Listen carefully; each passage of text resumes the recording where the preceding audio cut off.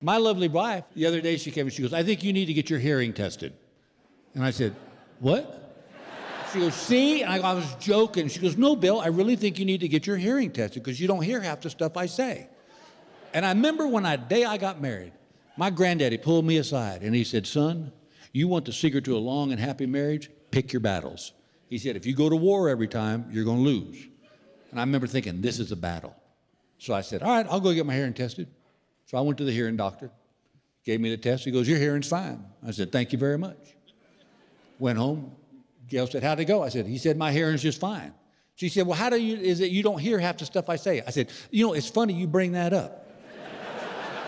Because he said that maybe you shouldn't wait till you're at the other end of the house before you start talking to me. Look at the women, fellas. Look at them. Look at them. They know it's in their little bullet in their arsenal right there.